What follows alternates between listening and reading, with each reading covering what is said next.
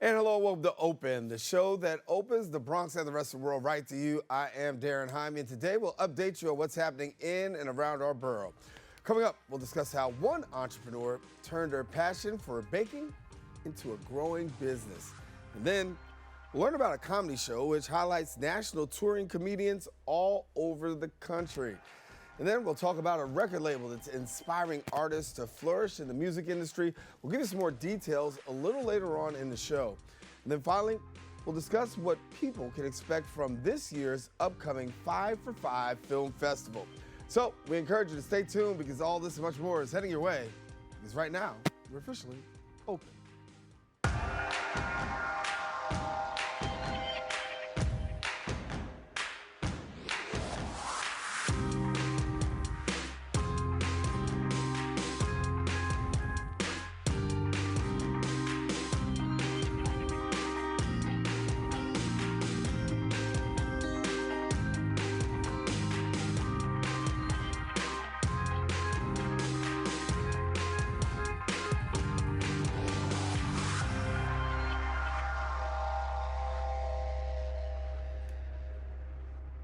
And hello, everyone. I am Darren Jaime, and you are now watching Open, a live program bringing the Bronx and New York City straight to you. We also want to welcome our viewers to Manhattan Neighborhood Network, as Open is being broadcast simultaneously on MNN's channels. Now you stay connected to us on all of our social media platforms at BronxNet TV. And we want to let you know that some things have been going on through the course of the past week. We'll take you through it with some Bronx updates.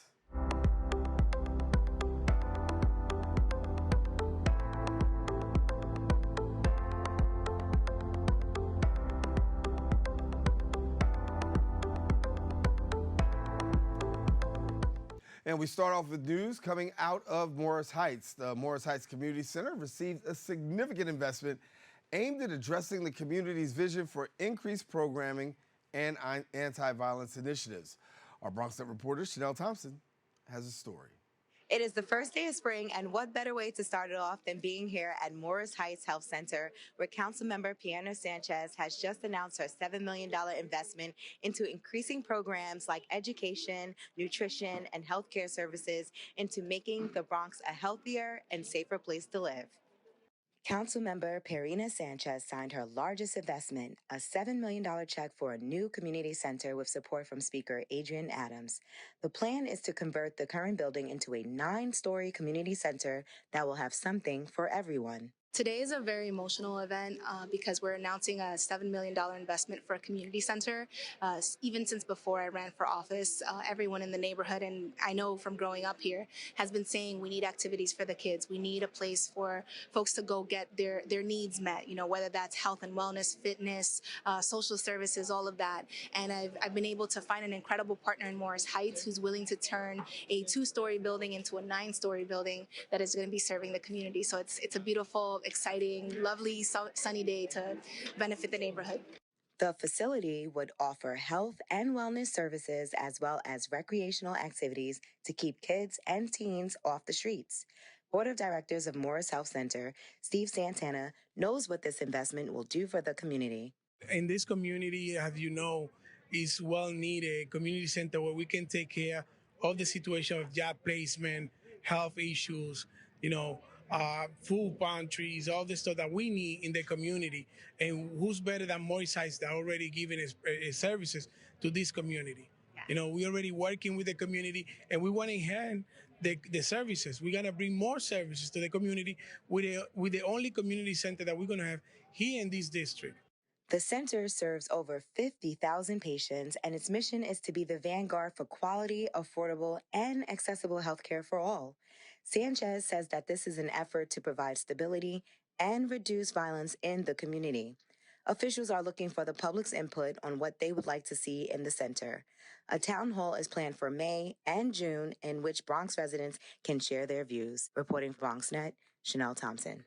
And thank you, Chanel. In other news, the New York City Council has approved a measure expected to lead to a decrease in the current jail population. Now, the law, if passed, would expedite the resolution of cases and release individuals who don't pose a risk to public safety. The measure represents the latest endeavor by the city to reduce the jail population and ultimately close Rikers Island the largest jail facility by the year 2027. Former New York City Mayor Bill de Blasio initiated the effort back in 2017, advocating for the closure of Rikers and the establishment of smaller jails throughout the city. New York City Mayor Eric Adams has inherited the strategic plan, recognizing the need to address lengthy stays and alarming living conditions for those who are actually in custody. Councilmember Carolina Rivera, who is actually the bill's sponsor, says the decrease in unnecessary incarceration should be a top priority. Well, in health news, New York City Parks are unveiling a new mobile emergency services vehicle in the Bronx to help support patrolling operations. Our BronxNet reporter, Chris Camilla, has the details. Beautiful weather in Crotona Park isn't the only warm welcome that the Bronx is receiving. New York City Parks are unveiling a new mobile emergency services vehicle to support all patrolling operations inside the park. The truck will serve as a hub for emergency and special operations, including forestry emergencies and patrolling near crowded park events with a high turnout of attendees. This will give us everything we need right in the middle of parks. We can go to specific areas. We can have really a mobile office for our great PEP officers, our Parks Enforcement Patrol officers, who do so much to enforce our park rules, keep our parks safe. New York City Parks Commissioner Sue Donahue unveiling the new vehicle stands alongside Council Member Rafael Salamanca Jr., accepting a check of $205,000 in funds for the PEP and the takeoff of this project. Salamanca Jr. is one among many officials who believe the procurement will enhance the PEP's ability to coordinate during emergencies and special operations. Back in June of 2018's budget, I allocated $205,000 to the Parks Department to create an apparatus or a venue so that they can respond to emergencies throughout the city of New York, but most importantly in the borough of the Bronx. The truck comes equipped with radios, computers, phones, and even central communications, so New York City Parks dispatchers can stay in constant contact with staff out on the go. It's a response to the lack of available emergency service resources available in city parks, which the New York City Council and the New York City Parks Department aim to alleviate in a combined effort that they hope will expand to other parts of the city. We absolutely see this will be a model that we'll want to have replicated. I think other council members will be interested in funding something like this. We already know this has served as a model for the Office of Emergency Management. They liked what they saw. They saw the beauty of this capability to have this kind of mobile command center, smaller, easier to get around, but gives you what you need in terms of emergency response. We think that it absolutely will be replicated across the 5 boroughs. The procurement of these vehicles will allow not only for more city events to take place in parks, but will also make sure that those attending are safe and sound. Reporting from BronxNet, I'm Chris Camella. All right, thank you, Chris. That's all the time we have for our Bronx updates. We are taking a quick break, but when we return, we will have more open right after this.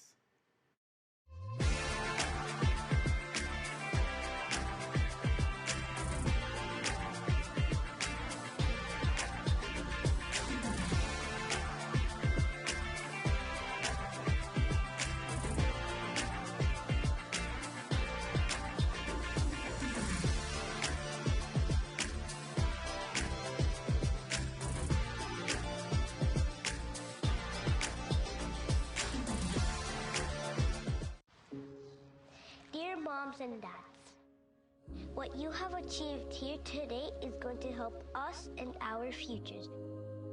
It is why we are coming up on stage to collect your diplomas. You know it's true. Mom, we love you always. Everything I do. When you graduate, they graduate. Visit finishyourdiploma.org to find free and supportive adult education centers near you.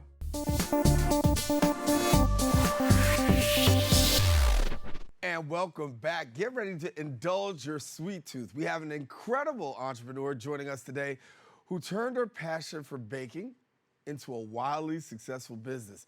She's the founder of Cupcake Me, which is a dessert company capturing the hearts and taste buds of countless dessert enthusiasts. And if that's not impressive enough, she's also been crowned the SBA Small Business Person of the Year. We are thrilled to welcome the founder and CEO of Cupcake Me, Brittany Moss to share her inspiring story as well as the secrets to her success. And Brittany, welcome. There's nothing small about this right now. I want you to know that. How are you? I'm doing well. How are you today? I'm doing fine. First of all, congratulations. Thank and you. Thank you for inspiring me to want to be hungry and eat and all this good stuff before noon. And yeah, I'm going to do my best to just look at it. No worries. They are enticing. Oh, they are enticing. But for yourself, I know it's an opportunity for you to move from what you did as a hobby in baking, right? Mm-hmm. And now turn this into this full-fledged business, and now you're business person of the year. Talk to me about how did you first get started? I honestly first got started because of my daughter. Mm-hmm. I was looking for a birthday cake for her, and no one would make the cake that I had drew. So I was like, you know what? I'm gonna go to YouTube University. I already know how to bake. I'm gonna figure out the design, and we're gonna go from there. And so when everyone saw her birthday cake, literally like the next 2 weeks, I had orders slowly coming in, and that's when I was just like, wait, I may have something here that I can like turn into a business. And so that's pretty much how I got started. So you take you from a hobby to a business. It starts off with just a little birthday, and then before you know it, it goes into a full-fledged business. Yes. When did you come to the place where you said, you know what, this is really gonna be something here? When I actually did a test fair at the mall in my neighborhood, and I saw customers' reactions, and I was just like, okay, so I really need to dive into this and pretty much give it my all. Especially coming from being in corporate America for hospitality, I was just like, am I really about to make this jump? And then I was just like, you know what, yeah, you only live once, do it while you're young. Right. Yes. So you got a few things here, and I want to take the opportunity to just walk through some of the things that you have. First of all, let's talk about these beautiful, delicious cupcakes. Yeah, so this is our Rainbow Party cupcake. It's like our version of a confetti. And this is our Strawberry Crunch cupcake. They're both super delicious. I mean, their toppings are vanilla buttercream frosting, and they have their own little syrups and sprinkles and everything of that nature. These are highly popular sought-after desserts, which everybody loves and wants all the time. They are our mini 6-ounce cake jars. So this is our Strawberry Dream Cheesecake, and this is our birthday cake. We also sell these on DashMart platform. We sell them on our app, on our website. They are always out the door. Yes. And for yourself, to say, here I am, small business, and you had these intentions of saying, I'm going to start my business, but to know that you are where you are today, did you see that coming? No. I'm a person that always keeps her head down and continues to just work hard. And then when I found out about this award and all the attention that has been coming with it, it was just like a very surreal moment. And when I found out I got it, I literally cried. And I think that's the first time I ever shed like a real deep tear in my business, because I was just like, I can't believe this is like really happening. I really made something out of like a thought and an idea that I had. So it was really surreal. So on the average, how long does it take you to make your cupcakes? So I don't really know how to explain it per se, like for a regular order, but I know for like a high production order, if I wanted to do 300 cupcakes, it would take me about 5 hours. And if I do 300 cake jars, it takes me about 12 hours. So yeah. So now your summer's pretty booked up. You got events? Yes, we have events. We have weddings, baby showers, birthdays. We are just now kicking off with DoorDash via their DashMart platform and distributing these beauties across the East Coast in Philadelphia, New Jersey, Virginia, and all of New York City. And so it's going to be a very busy second half of my year, but I'm excited. Yeah, it's got to be exciting. I mean, you think about when everybody starts, it's like, oh, just do this. And now here you are, it's full-fledged, and now you got orders, you got small businesses looking at you. What is the ultimate goal now that you've got things rolling?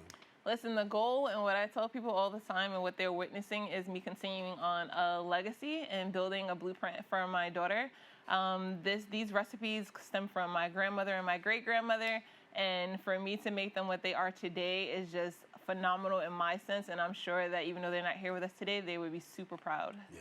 Yes. Talk to me about being that entrepreneur, right? Because that was a huge leap. You talked about working in corporate America. Now you decide, hey, I want to be an entrepreneur. Yes. That leap in itself is a huge one. Yes. What was the deciding factor for you in saying, you know what, I'll take the plunge? This may sound cliche, but it was honestly because I wanted to spend time with my daughter. Okay. Yeah, I come from a single parent background, and my mom was always working.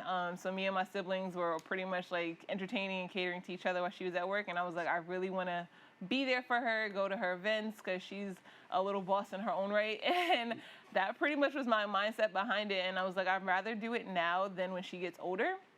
So that's pretty much was the leap. It was a scary leap nonetheless, but it's well worth it. Yeah. What advice do you give people who are trying to do this or have an idea and they're sitting at home saying, you know, it's just an idea, but you turn an idea into a reality? I would say don't count yourself out. There's enough space in any industry that you desire to be in for you and your product to shine, and to just believe in yourself and surround yourself with other individuals who are kind of on your same path and journey, because community matters. I'm going to assume that there's room for more business, right? So if somebody's out there watching right now and saying, listen, you know what, I like what I see, how do they latch on? So you can definitely, I respond to direct messages on Instagram. I'm at Cupcake Me NYC. We also have our website, www.cupcakemenyc.com. Our app you can find on Android and Apple phones and their storefronts. And then you can also find us throughout New York City, in Brooklyn, Queens, and Manhattan and Harlem on the DashMart platform, whether on the app or on the website directly. Yeah. So what is the greatest fun in all that you're doing with this business now? The greatest fun right now is literally setting my own trailblaze and actually seeing my product in something that I wholeheartedly took like months to put together in its own unique way shine. That is like the most fun. And of course, meeting customers. Customers give you so much energy. And when they taste your items and they're just like, you did this or you put your foot in this. And it's always like amazing energy to meet customers in person and see like their response, or see my customers who had babies years ago and I'm doing like their 6th birthday now. Like that is like true, like the NF death of my business. So. Yeah.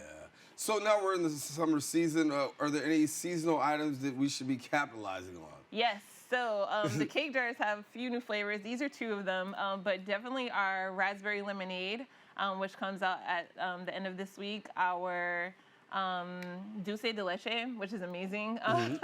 You actually want to take your time and eat that one. That's what the feedback that I get. And then our brownie bite cake jar. But as far as our cupcakes, definitely our lemony vanilla and our strawberry shortcake. Yes. And so, as we go towards the winter, do you have any things that you have? I give you guys a sneak peek into my winter menu, but it'll definitely be my grandmother's apple pie coffee cake jar, and then our peaches and cream. Okay. Yes. First time here on Open? Yes. First time here at BronxNet? Yes. So you don't know the rule? No. What is the rule? Oh my gosh. What you put on the table stays on the table. Oh, I got you guys. You can have all it. All right. Just want to make sure. Besides this, everything else you got. Brittany, congratulations. Thank you so much. And hopefully we'll have you back again. Yes. Thank you so much for having me. All righty. Well, I want to let you know, for more information, you can visit the website at cupcakemenyc.com. No, that's not a rule, but we just, we make rules as we go along. All right, don't go anywhere. We'll be right back right after this.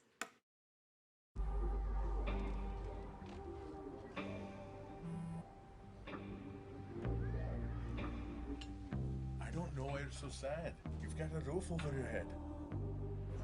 Bro, you gotta stop with that depression stuff. That's a white people thing.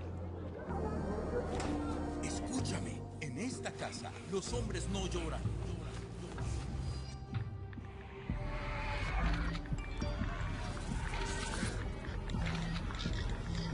You all right? It just feels like it's coming from everywhere. Do you want to talk about it? Thanks for hearing me out, bro. Appreciate it. You can talk to me if you're feeling sad. Whenever you need to talk, I'm here, okay?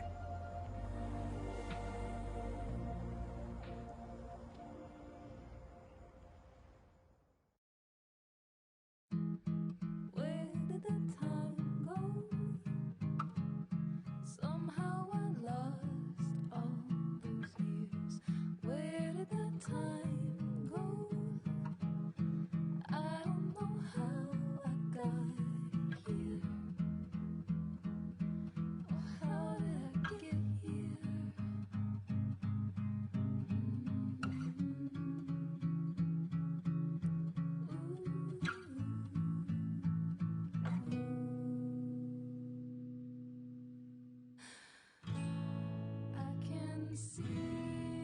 You've done the hard part. You quit smoking. Now do the easy part and get scanned for lung cancer. If you smoked, you may still be at risk, but early detection could save your life. Talk to your doctor and learn more at savedbythescan.org. Welcome back. Brown Sugar is a phenomenal comedy show that is taking the comedy scene by storm. Now, this extraordinary show, curated by a team of talented individuals, brings together touring comedians nationally from all over the country and the globe. And joining us now is Brown Sugar's comedy producer, Ishmael Gaynor, and co-host Derek Gonzalez. Gentlemen, good to have you. Hi, kid.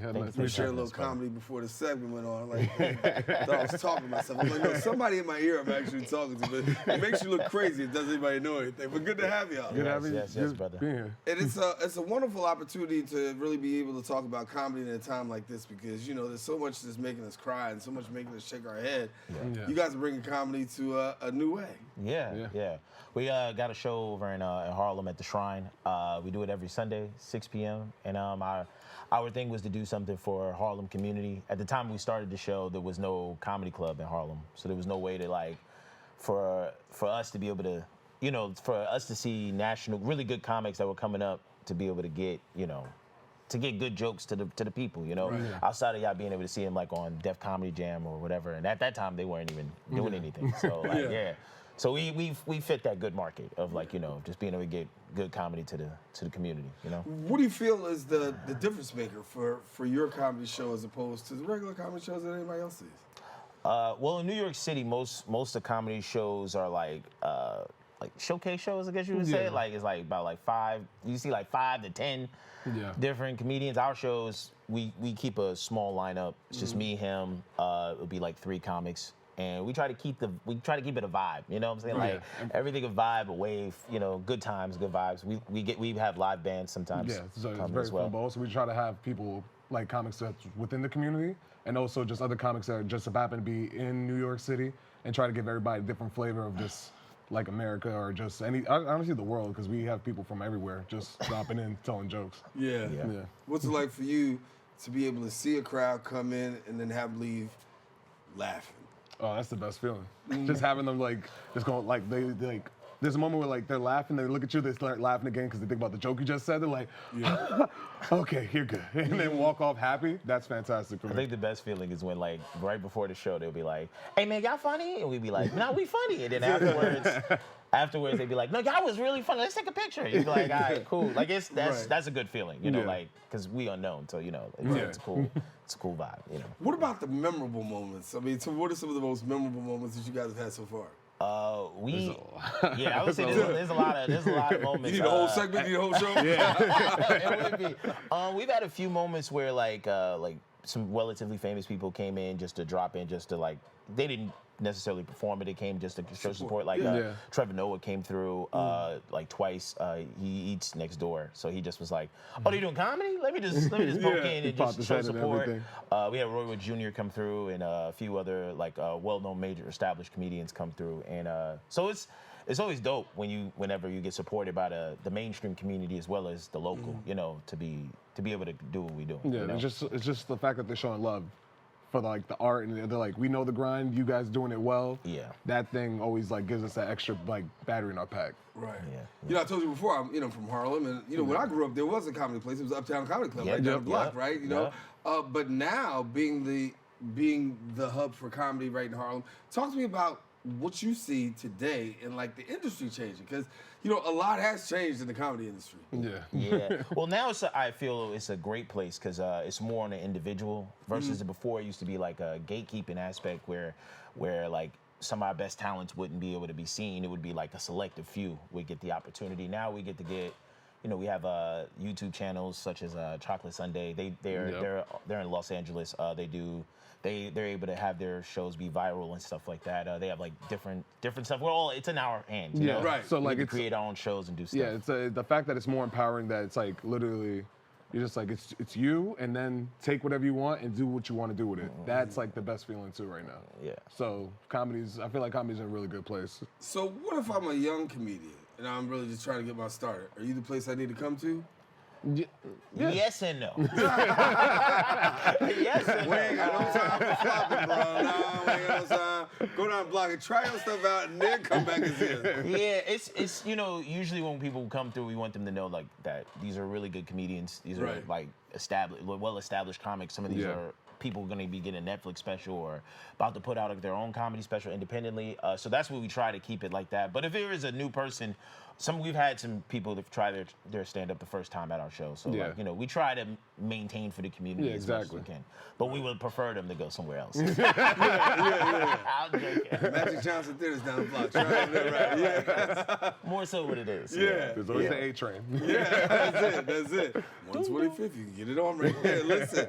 So, for yourself, talk about what you feel you're really bringing to the table. Because I think, to a certain extent, you're bridging a gap, right? Yeah. Because comedy is much needed. And in finding places, you got to go downtown, got to go to Broadway, stuff like that. But here it is right there in the hood. Talk to me about how you feel like that's even bridging the gap.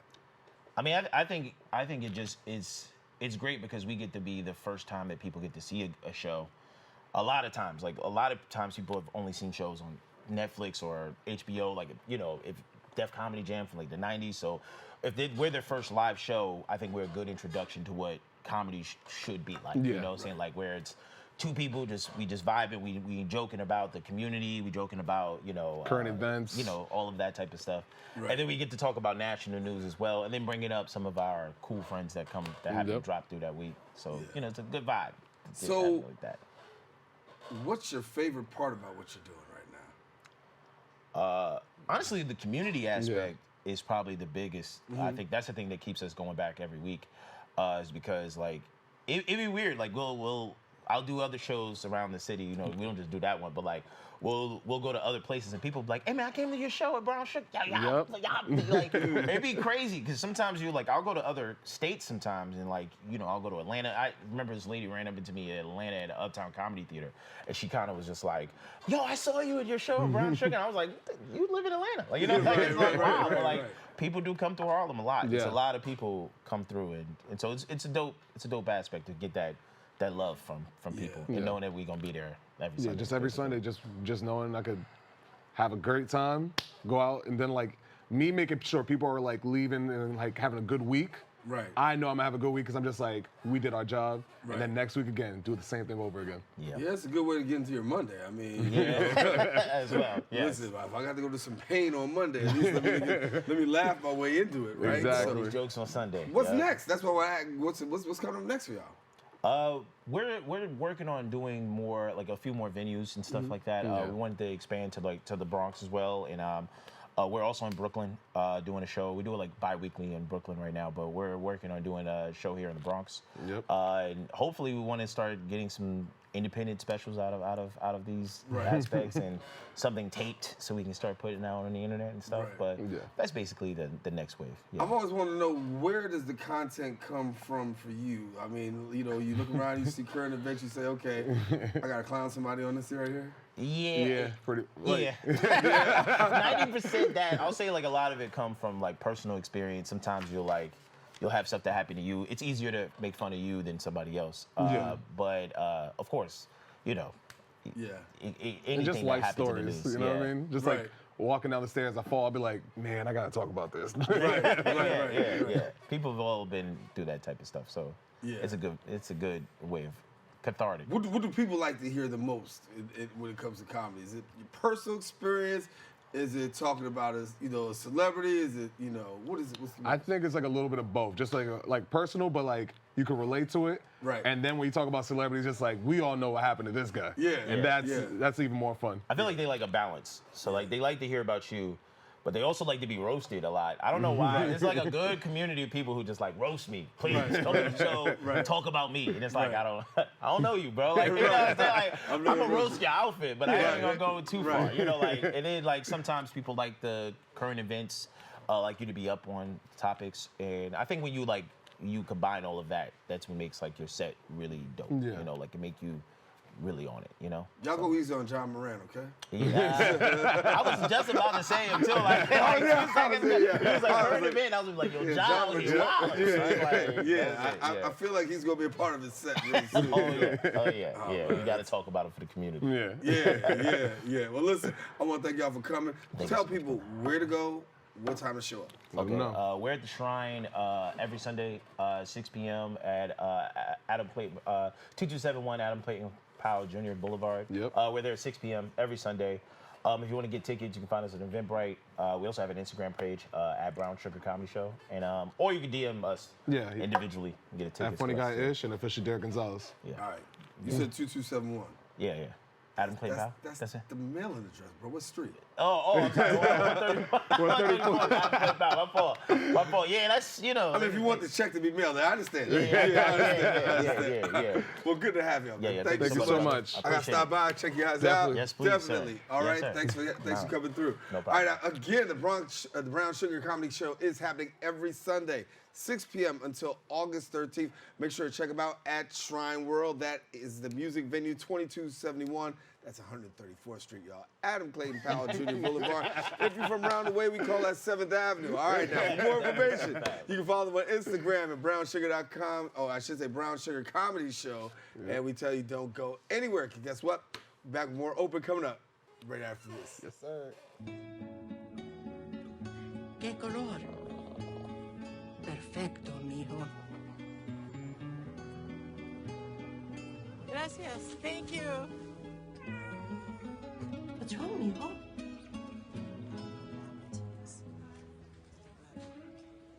Donating to a pet's medical care is one of the many ways you can help families in your community. Pets and people belong together. Learn more at petsandpeopletogether.org.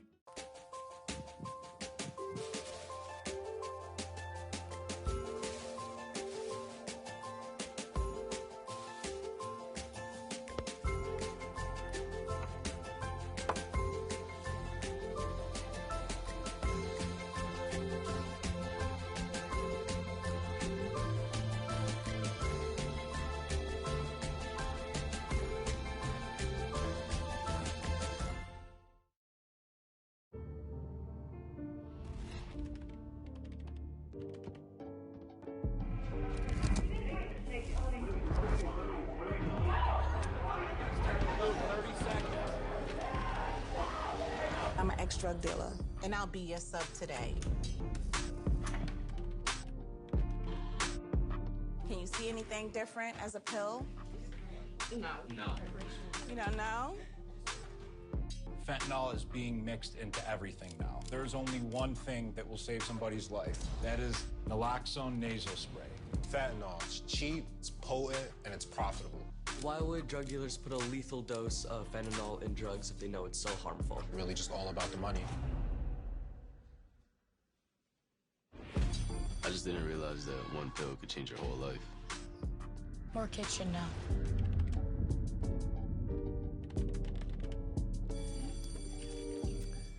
And welcome back. 86 Records is a minority-owned record label comprised of service veterans helping inspire artists to flourish in the music industry.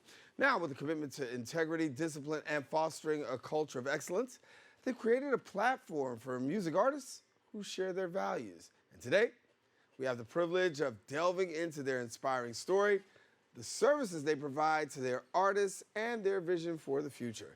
And here now to tell us more, we've got 86 Records CEO, Josue Prosper, Artist Relations Manager, Event Director, Joel Strickland, and then we've got Social Media Events Director, Jesus Castillo, better known as... Okay. Oh, you want me to say it? No, you did. Jesus, right? Jesus, yes, sir. There it is. Thank y'all for coming. Yes. And congratulations. And so, we gave a little bit of an intro as to, who you are and what you do, but you really have a passion at heart. So give us a little bit about that. We started in 2017 as a recording studio, and we used to have artists come in and out the studio, and a lot of major names or up-and-coming artists that were signed to record labels already that were disgruntled on the process of how the record labels were dealing with them. After dealing with them for about a couple of years, we just, our passion for music, we just like, you know what, we can have our own record label and pretty much show them that, something different, right? Because we feel like this industry is just like, somebody come up with a hit record, they get signed, they get a whole bunch of money, and then, pretty much the record label forget about them. And so we wanted to show artists that we do care, that, there's more to music, there's more to life than music, right? And this is why we came up with 86 records. Right. Yes. You talk about a culture of excellence, right? And that's what you want to really give people, a culture of excellence. How do you define that? What does that mean to you? I mean, necessarily, we looked at it more like whenever we were, like me growing up personally, I grew up in the Bronx, right? I know a lot of times, a lot of people had dreams or they had ideas, but no one ever really took a chance on them. No one ever really gave them that opportunity to hey, look, I know you can sing, I know you can draw, I know you have a passion for this, you have a passion for that, but no one ever really put that effort into them to let them actually realize their dreams. So when it comes to us, we took on that mantle of, okay, hey, look, I know you have this idea. I don't want your dream to die out. I don't want you to just, for example, be incarcerated or lose yourself to the streets. We want to actually invest in you and make you a better person, just generation-wise. Like, you can start this up and now you have children, you have them set instead of just, okay, hey, let me result to this and result to that, or just do the bare minimum. Actually follow your dreams and the passion, because in all honesty, how it's going on now is a lot of people are not really trying to pursue their dreams because they either in a negative atmosphere, right, or they don't really have that push to really get them in the direction that they really need to go, and that's basically what we developed as a group. Yeah. Just talk to me a little bit about the artists and who you have on the label. So pretty much we have Timmy Takeover, we have another artist, YP Young Prototype, and we have Channel 7. So Channel 7 is a dynamic group duo. What is it? Great. From Chicago. Yeah. So we have Chicago, New York. So pretty much the first two, they're versatile. They do, one artist does, he does rap. Timmy Takeover, he's pretty much a genre bender. Whatever beat he hops on, he'll take it and he'll run with it. It could go from R&B, it can go from Afro beats, pop, country.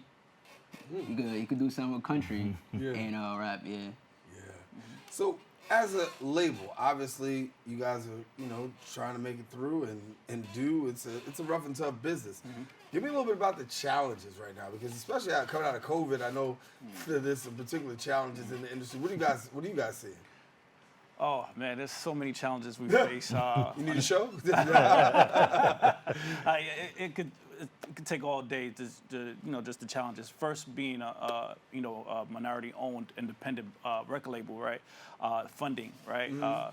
100% of the funding comes from our own pockets, right? So getting funding to fund these artists. The challenges, coming out from post-COVID, not post-COVID, but COVID, there's just so many, for example,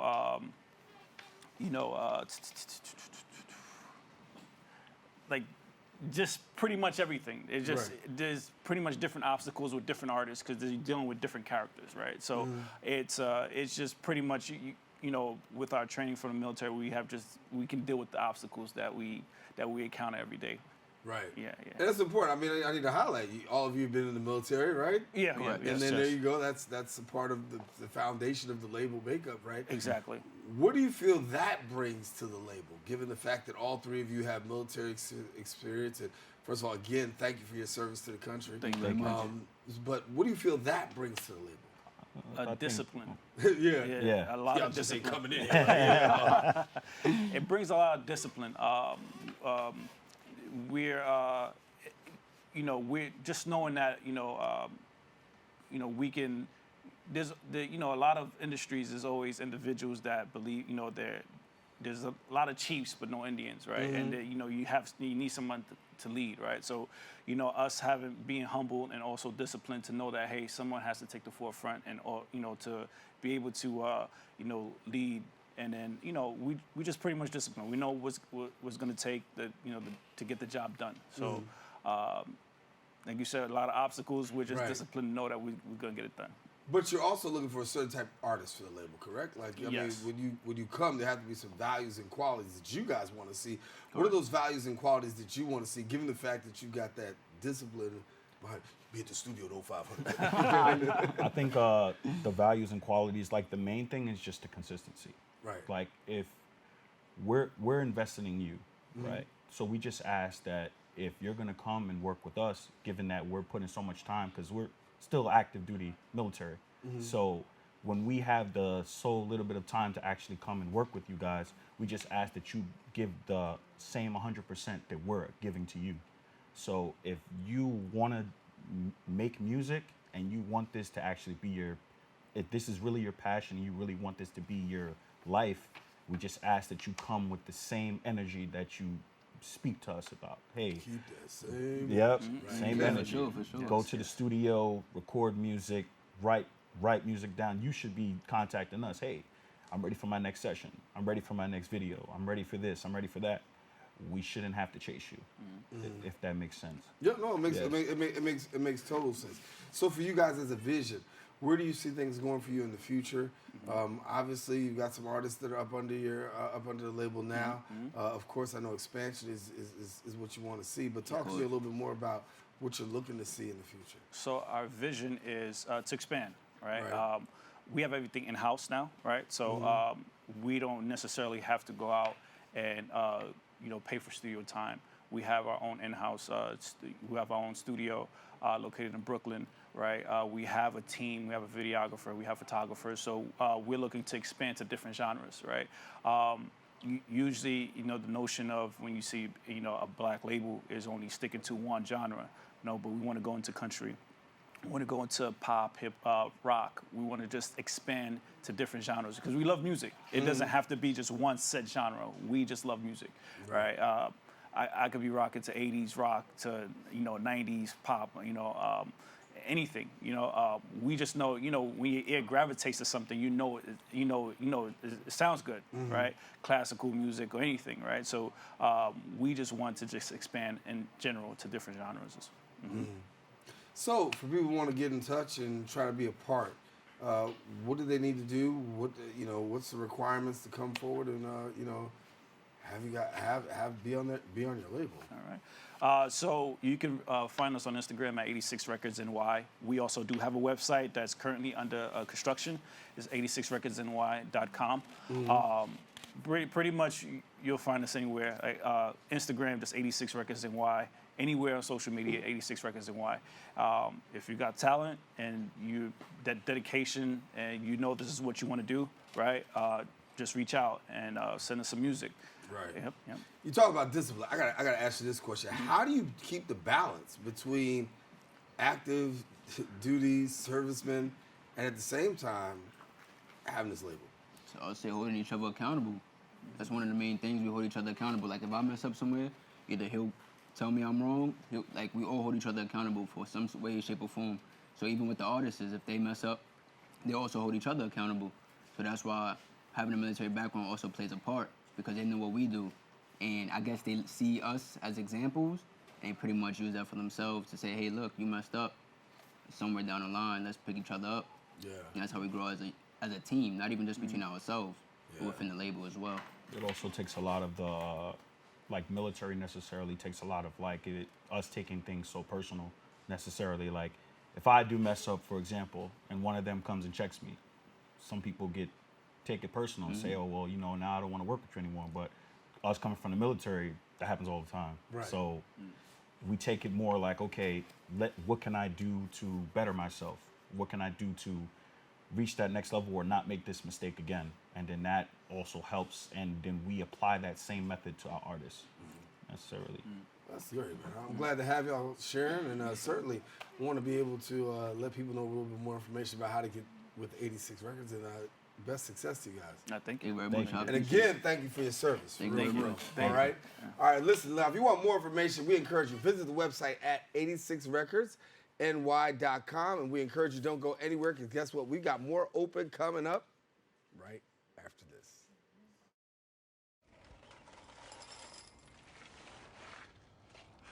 Kids! I don't want to talk about it.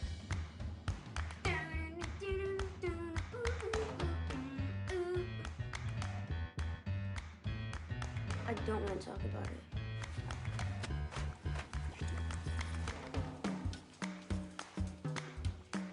I don't want to talk about it.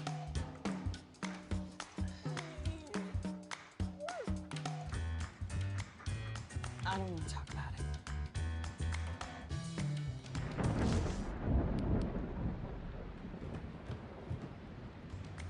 Families don't have to talk about everything, but they should talk about how to plan for an emergency. Kids, you all right? This family's prepared. Get tips and resources to make your family's emergency plan. Go to nyc.gov/readyny or call 311 for more information. Where did the time go? I don't know how I got here. You've done the hard part. You quit smoking. Now do the easy part and get scanned for lung cancer. If you smoked, you may still be at risk, but early detection could save your life. Talk to your doctor and learn more at savedbythescan.org.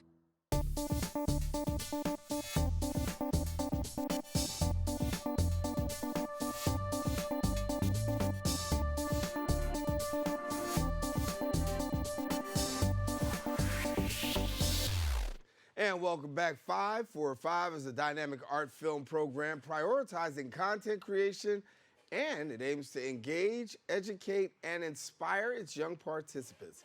Now, the program fosters development of essential socio-emotional skills such as creativity, camaraderie, confidence, communication, and also teaching key elements of filmmaking, such as writing and shooting. And we got the all-star cast here with us, the co-founders of 5 for 5 Films, Josh Raff and Jordan Batiste, 5 for 5 film students, Victoria Cole Matos, Alyssa Lopez, and Armil Mortega. And I am missing somebody, am I? Did I get everybody? That's everyone. Got the whole crew. All right, let's go. Just checking. Good to see y'all. Welcome back. Thanks for having us back. Listen, I mean, we haven't seen y'all in years, right? It's been years, but it doesn't mean that you haven't been busy. Yeah, we're rolling deep this year, too. Yeah, and so an opportunity for students really to learn the film industry, take part in the film industry. So, you know, walk us through a little bit about the program before we get to talk to these wonderful young ladies. You know, first off, really grateful to be back and see you in person this time. I mean, your intro kind of said it all. We're an arts organization that we teach our students how to make short films, but beyond that, you know, beyond those technical skills, it's really about the teamwork and the leadership and the self-expression that comes from that. So over the course of a semester or a year, we'll give creative prompts and the students will develop their own stories, but we'll kind of help them guide the stories, make it into a script, and then the script into a film. And then we showcase it at the end of the year. Yeah. Oh, listen, let me ask you this. Were you like really wanting to be in film from the get-go, or was it something that you got like conned into? From the jump, well, when I started film club, I didn't know I was gonna be in film club, so it kind of caught me off guard. And I remember our first class, what's it called? Josh and I think another one of the members of David. They walk in, and you know, Josh is very like happy. He's very ongoing, so you know, I'm excited, you know. And at first, I was like behind like the scenes, so I would kind of like witness everything. And now I'm kind of like the camera person.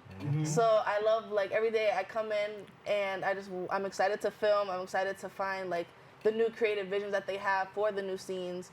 And honestly, it's just a good vibe and a good like part of my day. Yeah, Jordan, when I said it before, I said, you know, get conned in. You know, after 25 years of doing this, you know, I know the question I asked, right? Because really, the fact is, sometimes students come and this is not their first love, but it becomes their first love because they become exposed to it. Yeah, it's true. I mean, this is a place that when our classes are a welcoming environment. We want them to be creative and you know what I'm saying? This is just a space that we have for them to be just open and creative, you know what I mean? So, yeah. Yeah, so Armel, what did you do? I'm a script supervisor. Yeah. At first I started doing the mic, then I did the acting, and the camera, and I mean, I'm a shy person personally. I don't communicate like a lot, but this film class like make me get out of my comfort zone. Wow. Yeah. That's great. And that's a great thing. And the other part is, you know, to be honest, working behind the scenes is equally as important as in front of camera. I mean, people see me, and there's a great group of people behind the scenes who really help me to do what I do. And so I can't do it without them, and I just try to bring it home for them. So, you know, to work behind the scenes and to be able to do that, that's awesome. That's awesome. And Victoria, how's it going? You sure? Let me tell you, me and Victoria, we got it going on. We had a little story going on about that. You know, she was letting us know a little earlier about like how it was for you is you had to go into character. You were an actress, right? And you had to play a pretty interesting role. Yes. One of the benefits of film class is they teach us how to properly get into character when acting. Recently, in our film, Jasmine's Choice, I played Jasmine, a pregnant woman who is having serious relationship issues because the father of the baby decides to leave right after birth. And what I got to experience is the pregnant suit. I got to put on a suit of 60 pounds of water. So I got to experience what it was like to actually be pregnant. I was able to have a birth scene to actually feel how mothers feel the minute they receive their child into the world. And that connection, like, this is my baby, this is the person I'm gonna love. Right. And thanks to our health teacher, we were able to have an actual robot baby. So we were able to hear it cry. We had to hold it and shake it and make the baby quiet.